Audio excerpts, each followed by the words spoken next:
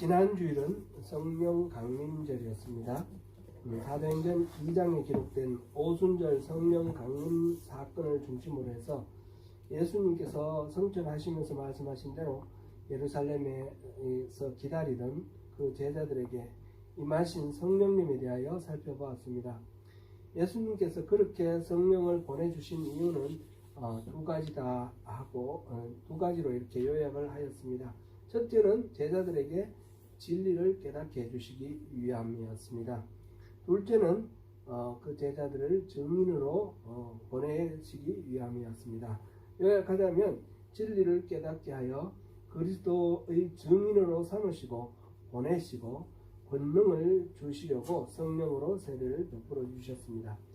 그런 관점에서 보면 이 성령을 주신 이유가 제자들에게 예수님이 하시던 사역을 맡겨서 일을 시키려고 하시는 것 같이 여겨집니다.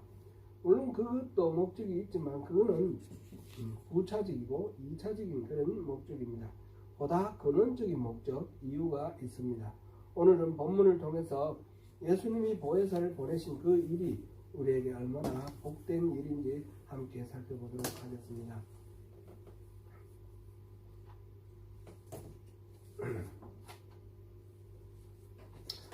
예수님은 부활하신 후에 이 땅에서 40일을 지내시며 친히 자신이 살아계심을 나타내셨고 하나님 나라의 일을 말씀하시다가 승천을 하셨는데 그때 제자들에게 예루살렘을 떠나지 말고 아버지께서 약속하신 것을 기다리라 그렇게 말했습니다. 여기서 아버지께서 약속하신 것은 무엇입니까? 바로 보혜사, 성령을 가리키는 말입니다.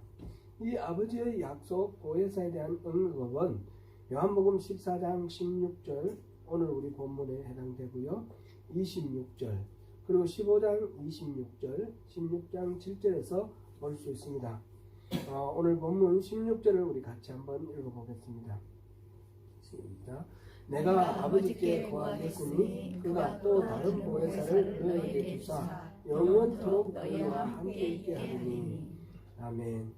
주님은 성령을 보혜사라고 하셨습니다. 보혜사는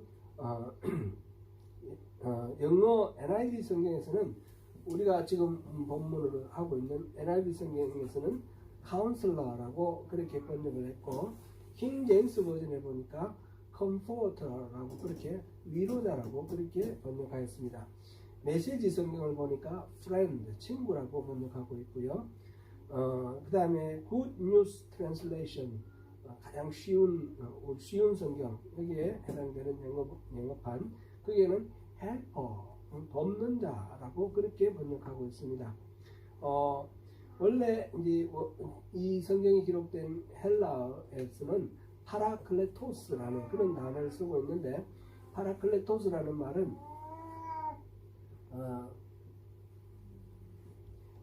다른 사람에게 도움을 베풀도록 곁에 부름을 받은 자라는 그런 의미입니다. 이 파라라는 말은 beside라고 그랬죠. 영어 보면 paraphrase라는 말 있잖아요. 똑같은 내용을 단어를 바꾸고 해서 표현을 달리해서 이렇게 하는 paraphrase 그러죠. 그 바로 옆에라는 para라는 말이 들어있는 거예요. para처치라는 말 들어보셨죠? 교회 말고 선교단체 이런 거 para처치. 이 para가 beside라는 뜻이고요. 그 다음에 클레토스라는 이거는 칼레오라는 동사에서 나왔습니다. 칼레오는 부르다라는 그런 겁니다. 우리 그 성경 우리 교회가 뭐라고 했죠? 교회가 헬라 말로 에클레시아. 에클레시아가 애가 바깥으로라는 뜻이고 클레시아가 칼레오에서 나온 변형된 그런 말입니다. 그래서 이거는 부름받는다. 부름받아서 옆으로 온다라는 그런 뜻입니다. 그래서 다른 사람에게 도움을 베풀도록 부름을 받아서 옆에 모셔진 그런 존재를 의미합니다. 한글로 번역하면 변호사, 조력자, 위로자, 상담자, 친구 이렇게 번역할 수 있겠습니다.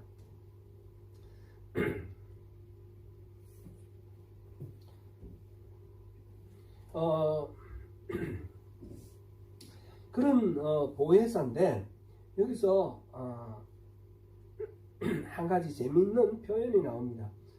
보혜사를 보내주겠다 하면서 또 다른 보혜사라고 그렇게 표현했습니다. 영어 우리 NIV 번역에 보니까 카운슬을 보내주겠다 그랬는데 another counselor라고 그랬습니다. 카운셀러 그렇게 해놨습니다. another counselor, 또 하나의 카운셀러가 되는 거죠. 이거는 이 다른이라는 말은 different라는 뜻이 아니라 another라는 뜻입니다. 이 다른이라는 말이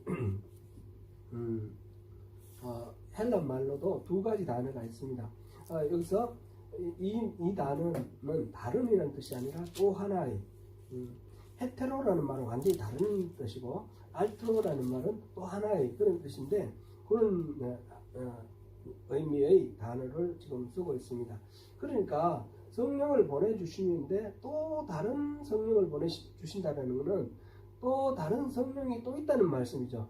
원래 성령이 보혜사가 한 분 계시는데 이분 대신에 또 다른 보혜사를 보내주신다 이런 뜻이죠. 이 또 다른이라는 말은 본질이 같으나 또 하나의 이런 뜻입니다. 예를 들어서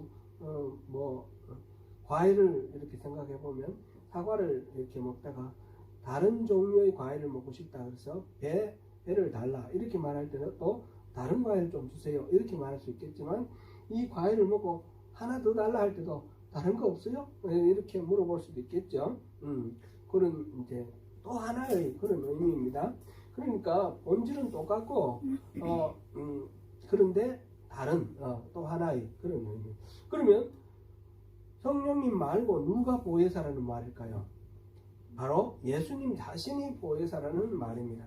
내가 보혜사인데 내가 이제 돌아가면서 하나님께로 내가 돌아가게 돼 있는데 그러면 또 다른 보혜사를 나 대신 보내줄게. 그런 말씀이 되는 것입니다. 그래서 자신이 떠나가면 오히려 또 다른 보혜사가 왔을 때 더 낫다 그렇게 얘기를 하십니다. 실제로 이 요한서신에 보면 예수님을 파라클레토스라고 그렇게 언급하고 있는 대목이 있습니다. 요한일서 2장 1절 한번 읽어보겠습니다.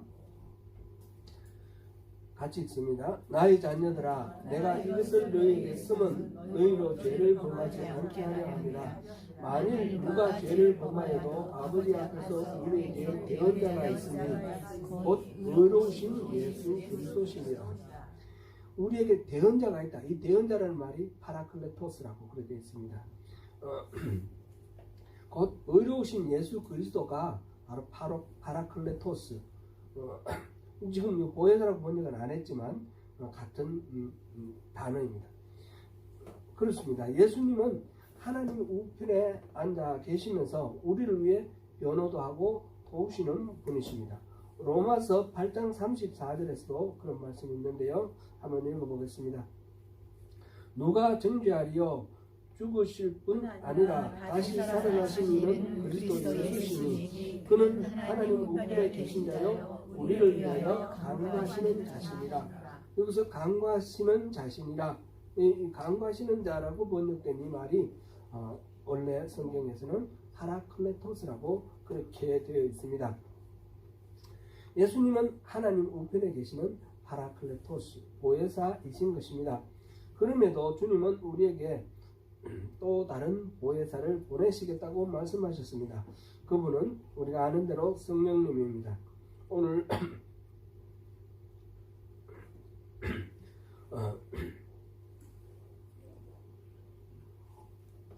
예수님이 하늘에서 우리를 돕는 보혜사라고 우리가 생각한다면 성령님은 이 땅에 내려오셔서 우리를 돕는 그런 보혜사이십니다. 예수님은 승천하신 후에 약속하신 대로 성령을 보내셨습니다. 우리는 지난주에 사도행전 2장을 통해서 그 성령이 처음 임하는 사건이 얼마나 극적인지 우리가 잘 알고 있습니다. 바람 같은 소리가 있고 그 다음에 불꽃 같은 것이 각 사람의 머리 위에 이렇게 임하여 있는 가운데서 각 사람들이 배운 적이 없고 알아듣지 못하는 그런 말로 떠들었습니다. 워낙 시끌벅적하게 그렇게 소리를 내어서 사람들이 많이 몰려왔습니다. 몰려와서 들어보니까 이 오순절에 성전에서 제사 드리기 위해서 순례로 온 디아스포라 유대인들, 그들이 자기들이 사는 동네, 저 아라비아, 리비아 또는 저 뭐 본도, 갑바도기아, 이 터키 지역이나 이 아프리카 지역이나 흩어져 살던 사람들이 지금 왔는데 자기들이 사는 지역의 말을 지금 이 사람들이 하고 있는 것입니다. 그러나 이런 오순절 사건은 우리가 성령을 받을 때마다 항상 이런 사건이 있어야 되는 것은 아닙니다. 성령이 오실 때는 아주 극적으로 처음 오순절에 오실 때는 극적으로 오셨지만 이제는 꼭 그런 현상이 나타나야 하는 것은 아닙니다. 간혹 그럴 수도 있겠죠. 그러나 그런 현상이 없어도 성령은 우리 안에 오시고 또 거하고 계시면 우리를 도우십니다. 중요한 것은 오순절 이 성령의 강림하심은 성경에서 구약 성경에서 예언되었던 그 새 언약, 새로운 어떤 하나님과 우리와의 관계를 맺기 위해서 보내주시는 성령입니다. 구약에서도 성령님은 나타났죠. 그러나 몇 사람에게 제한된 그런 방법으로 성령님이 나타나셨는데 이제 신약이 되면서 신약 시대에 예수님께서 약속하신 대로 부활하시고 승천하실 때에 약속하신 그 성령이 내려오신 이후에 오순절 이후에는 모든 사람 누구든지 예수를 믿으면 예수를 영접하면 성령님이 임하시는 것입니다. 그러면 세상에 오시는 성령님은 머무시는 곳은 어디입니까? 그 장소는 어디입니까? 오늘 본문 16절 다시 읽어보겠습니다. 내가 아버지께 구하겠으니 그가 또 다른 보혜사를 너희에게 주사 영원토록 너희와 함께 있게 하리니. 어디에 계십니까? 우리와 함께 계신다 그랬습니다. 보혜사 성령님은 우리에게 보냄을 받으셨는데 영원토록 우리와 함께 하십니다. 그리고 본문 17절 계속해서 보겠습니다. 그는 진리의 영이라 세상은 능히 그를 받지 못하나니 이는 그를 보지도 못하고 알지도 못함이라. 그러나 너희는 그를 아나니 그는 너희와 함께 거하시며 또 너희 속에 계시겠습니다. 우리와 함께 있는데 성령님은 오시면 우리와 함께 계시는데 우리 속에 계신다는 것입니다. 우리 속에 성령님은 우리에게 오셨습니다. 우리 안으로 오셨습니다. 세상에 오신 것은 아닙니다. 이때 이 세상은 믿는 자와 구별되는 그런 용어로서 세상은 예수를 믿지 않는 사람은 성령을 알지도 못합니다. 우리는 성령을 압니다. 성령이 교회 곧 우리를 성전으로 삼아서 우리 안에 머무십니다. 고린도전서 3장 16절 우리 같이 한번 읽어보겠습니다. 너희가 하나님의 성전인 것과 하나님의 성령이 너희 안에 계시는 것을 알지 못하느냐. 바로 이때는 개인도 되겠지만 교회, 이제 공동체, 개인과 공동체 다 이렇게 포괄적으로 우리 생각하면 되겠습니다. 하나님은 성령을 보내주셨는데 그 성령은 우리 개인 마음속에도 오시고 우리 공동체 안에도 오신다는 것입니다. 그래서 거기에 머무시는 것입니다. 그런데 성령님이 우리 안에 오시면 또 하나의 또 우리가 주목해야 될 것이 예수님도 오신다는 것입니다.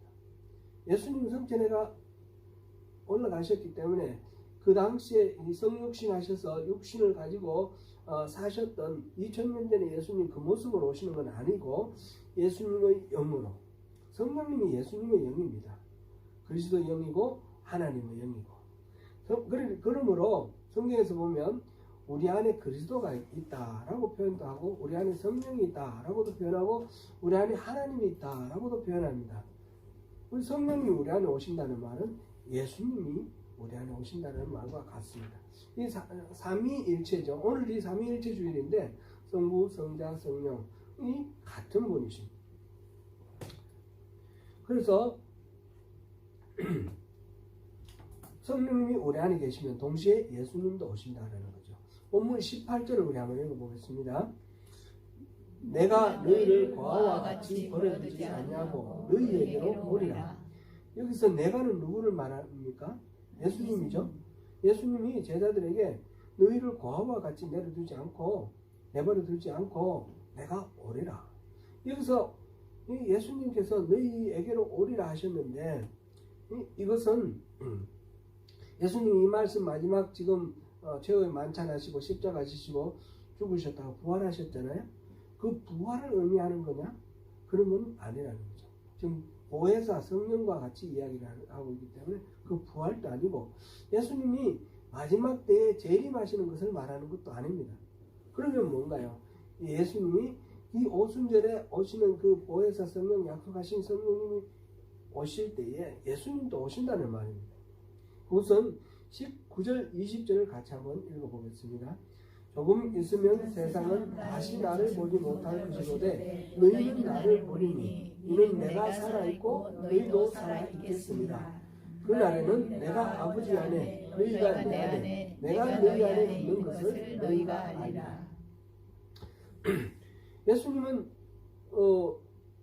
물리적으로 봤을 때는 이 땅에 살지 않으시고 이제 사망하시고 그다음 다시 부활하시고 성천하시고 이 땅에 양내십니다. 그러면 우리가 볼 수가 없죠. 그런데 성령님이 오시면서 예수님도 우리 안에 오셨기 때문에 너희는 나를 보리라. 우리가 예수님을 볼 수 있고 너희가 내 안에 내가 너희 안에 있는 것을 너희가 알리라. 우리가 바로 예수님 안에 있고 예수님이 우리 안에 있는 것을 우리가 알 수 있게 된다라는 거죠. 부활하신 예수님을 세상은 다시 보지 못하지만 우리는 봅니다. 성령이 우리 안에 와서 우리의 마음에 거하시기 시작하면 성자 되신 예수 그리스도께서도 우리 마음에 영으로 거하시는 기적 같은 일이 일어납니다. 예수님이 성천하시면서 보혜사 성령님을 우리에게 보내주신다 하셨고 오순절에 그 약속대로 성령님이 오셨습니다. 그런데 여기서 성령님이 우리 안에 거하시면 하나님도 계시고 예수님도 계시고 모두 우리 안에 함께 거하십니다. 이 얼마나 놀라운 일입니까? 그리고 예수님이 우리 안에 오시는 것은 우리를 고아와 같이 버려두지 아니하시겠다는 약속의 이행입니다. 본문 18절 다시 한번 읽어보겠습니다. 내가 너희를 고아와 같이 버려두지 아니하고 너희에게로 오리라. 주님이 보혜사 성령님을 보내주시면 우리를 고아와 같이 버려두지 않으시기 위해서입니다. 우리와 함께 하기 위해서입니다. 주님이 오시기 위해서입니다. 참으로 진한 주님의 사랑의 표현입니다. 우리가 지난주에 우리가 주목한 부분은 예수님께서 성령의 세례를 기다리라고 하셨는데 그때 우리가 성령이 임하시면 너희가 권능을 받고 예루살렘과 유대와 사마리아와 땅 끝까지 이르는 내 증인이 되리라. 진리를 알고 그 다음에 주님의 그 증인이 되어서 복음을 전하는 그런 일꾼이 될 것이다. 권능을 받을 것이다. 그쪽에 주목을 했는데 그 이전에 주님이 오시는 이유는 우리와 함께 하시기 위해서라는 겁니다. 우리가 더불어 계시고자 해서 우리를 주님 안으로 주님이 우리 안으로 이렇게 온전 연합을 이루기 위해서 그렇게 오신다라는 말씀입니다. 이 말씀은 지금 어느 상황에서 지금 나온 이야기냐 하면 요한복음 13장부터 17장까지를 다락방 강화라고 부릅니다. 더 어퍼룸 디스코스 이렇게 부르는데 주님이 인류 구원을 완성하기 위해서 십자가를 지시기 전에 제자들과 마지막 미팅을 합니다. 그때 이제 십자가를 지시기 전에 제자들에게 만찬을 하고 그러면서 자신은 이제 떠날 텐데 남아있는 제자들을 통해서 어떻게 이들을 붙들고 교회 하나님의 백성으로 하나님의 자녀로 이렇게 유지할 수 있을까? 그것에 대해서 제자들에게 말씀을 해 주시는 것입니다. 그 중에서 13장은 조금 최후의 만찬 이야기, 제자들의 발 씻어 주시는 이야기, 또 유다와 베드로의 그 연약함에 대한 지적 이야기, 배신 이야기, 그 다음에 새로운 언약을 주겠다. 새로운 계명을 준다 하면서 서로 사랑하라 이렇게 말씀을 하시면서 이제 본격적인 이 이야기에 배경되는 내용이 있었고요. 17장은 우리가 이제 대제사장의 기도 이렇게 우리가 별명을 따로 이렇게 이름을 짓기도 합니다. 거기서 제자들을 제발 하나님 아버지 좀 책임져 주세요. 이들을 지켜주시고 하나가 되게 해주시고 그렇게 부탁하는 하나님께 제자들을 부탁드리는 마지막 기도가 17장의 기도이고요. 그러니까 14장부터 16장까지가 우리가 지금 말하는 다락방 강화의 핵심인데 그것이 바로 제자들에게 어떻게 앞으로 하나님의 백성으로서 이렇게 살아갈 것인지를 이야기하는 내용입니다. 사실 3년 동안 주님의 제자들이 주님과 함께 계실 때를 한번 생각해 보십시오. 주님은 제자들에게 절대적인 인도자요 보호자였습니다. 제자들이 무슨 어떤 프로그램을 짤 필요도 없습니다. 따라다니면서 예수님이 하신 대로 그냥 보고 배우고 지시하시는 대로 순종하여 나가면 됩니다. 가라면 가고 오라면 오고 모든 것들은 다 주님으로 인해서 다 이렇게 인도되고 지켜지던 그런 상황입니다. 풍랑으로 배가 뒤집어질까 공포에 젖었을 때 주님이 함께 하시니까 모든 문제들은 해결되었습니다. 예수님이 떠나신다는 사실은 제자들에게 어쩌면 청천벽력과 같은 그런 이야기였을 것입니다. 그래서 베드로 같은 경우는 그럴 수 없습니다라고 가로막기도 했고 제자들은 어떻게 될지 몰라서 불안한 가운데 세 번이나 이 고난의 순환에 대해서 말씀을 예고를 했지만은 그래도 그것을 믿지 못하고 주님이 다윗과 같은 그런 메시아로서 어떤 해방을 이룰 것인가 그걸 기대하면서 그렇게 따라다녔습니다. 그만큼 예수님이 떠나신다는 것은 제자들에게 상상하기 어려운 일들이었습니다. 그래서 마치 고아처럼 버려지는 그런 존재로 한없이 슬퍼하고 또 두려워하는 그런 상황이 되었습니다. 이런 제자들에게 하시는 말씀입니다. 먼저 당부를 하기를 근심하지 말라. 하나님을 믿으면 그만큼 나를 믿으라. 그 말씀을 시작하셨습니다. 14장 1절입니다. 제자들 위해 내가 거처를 마련하러 간다. 그렇게 말씀하시면서 내가 가는 길은 여러분들도 알지 않느냐 이렇게 말씀을 하셨어요. 그랬더니 도마가 반문을 합니다. 주님이 어디 가는지도 모르는데 주님이 가시는 길을 어떻게 압니까? 그랬을 때 예수님이 내가 가는 목적지는 하나님이다.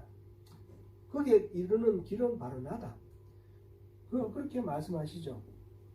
내가 길이요 진리요 생명이니 나로 말미암지 않고는 아버지께로 이를 자가 없다. 그렇게 말씀을 하셨습니다. 그래서 빌립이 말했습니다. 아버지를 보여주십시오. 그러니까 예수님이 대답하십니다. 나를 본 자는 아버지를 보았다. 내가 아버지 안에 거하고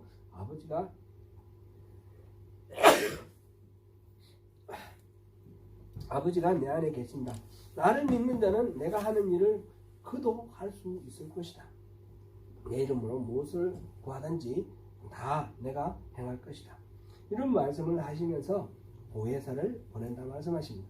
지금 앞에서 말씀하신 그 모든 일들에 대한 보증인으로 보혜사를 보내신다는 그런 의미가 되기도 합니다. 보혜사에 대한 약속은 예수님이 제자들 안에 거하시겠다는 약속입니다. 제자들을 고아들같이 버리지 않고 제자들과 함께 한 몸이 되어서 그렇게 같이 계시겠다는 뜻입니다. 그러므로 어느 때든지 주의 이름을 부르고 구하는 것은 주님이 다 행해 주신다고 그렇게 약속하십니다. 그것을 믿고 주님을 신뢰하면 주님이 행하신 놀라운 일들도 다 행할 수 있다라고 하십니다. 그러니 지금 떠난다고 해서 힘들어하지 말라. 성령님, 보혜사, 파라클레토스 그분이 오시면 내가 약속하는데 반드시 올 텐데 오면 여러분들이 훨씬 낫다는 거죠. 이 모든 일들이 어떻게 예수님을 직접 따랐던 제자들에게만 해당되는 말씀이겠습니까? 이 말씀은 예수님이 대제사장의 기도에서 그런 말씀을 언급을 하셨는데 17장 20절입니다. 이 사람들만을 위함이 아니요 또 그들의 말로 말미암아 예수를 믿는 사람들까지 이렇게 말씀을 부탁을 했습니다. 말하자면 대를 이어 오늘에 이르기까지 예수를 믿는 모든 사람들, 제자를 이어서 예수를 믿는 모든 사람들, 저와 여러분까지 모두 다 해당되는 것입니다. 우리가 예수의 이름을 부르고 우리가 기도하면 하나님께서 들어주십니다. 왜냐하면 우리 안에 성령님이 와 계시고, 성령님이 와 계신다는 말은 하나님이 계시고 예수님이 계신다는 말입니다. 내 안에 그리스도가 계신다는 말입니다. 사랑하는 성도 여러분, 주님은 나를 위하여 파라클레토스, 옆에 이렇게 돕는 하나님을 우리를 돕기 위해서 이렇게 보내주셨습니다. 보혜사 성령님과 함께 우리 주님 예수 그리스도를 마음속에 모시고 있습니다. 신실하신 친구 그리스도로 인해서 우리는 우리의 영혼의 필요를 채우고 그 빈 공간, 허무와 좌절, 부질없는 허탄한 생각들, 절망, 이런 모든 것들로부터 자유롭게 주님의 생명의 능력으로 풍요롭게 채워주시는 것을 우리가 얼마든지 누릴 수 있습니다. 현대인의 삶 속에서 참 이 소외가 심하고 외로움, 극심한 그런 우울증, 이런 것들이 참 많습니다. 우리가 우리 안에 계신 성령님에 대한 확신을 가지고 성령님을 통해서 이 모든 문제를 우리가 풀어나가고 해결해 나가는 그런 것을 경험하시기를 바랍니다.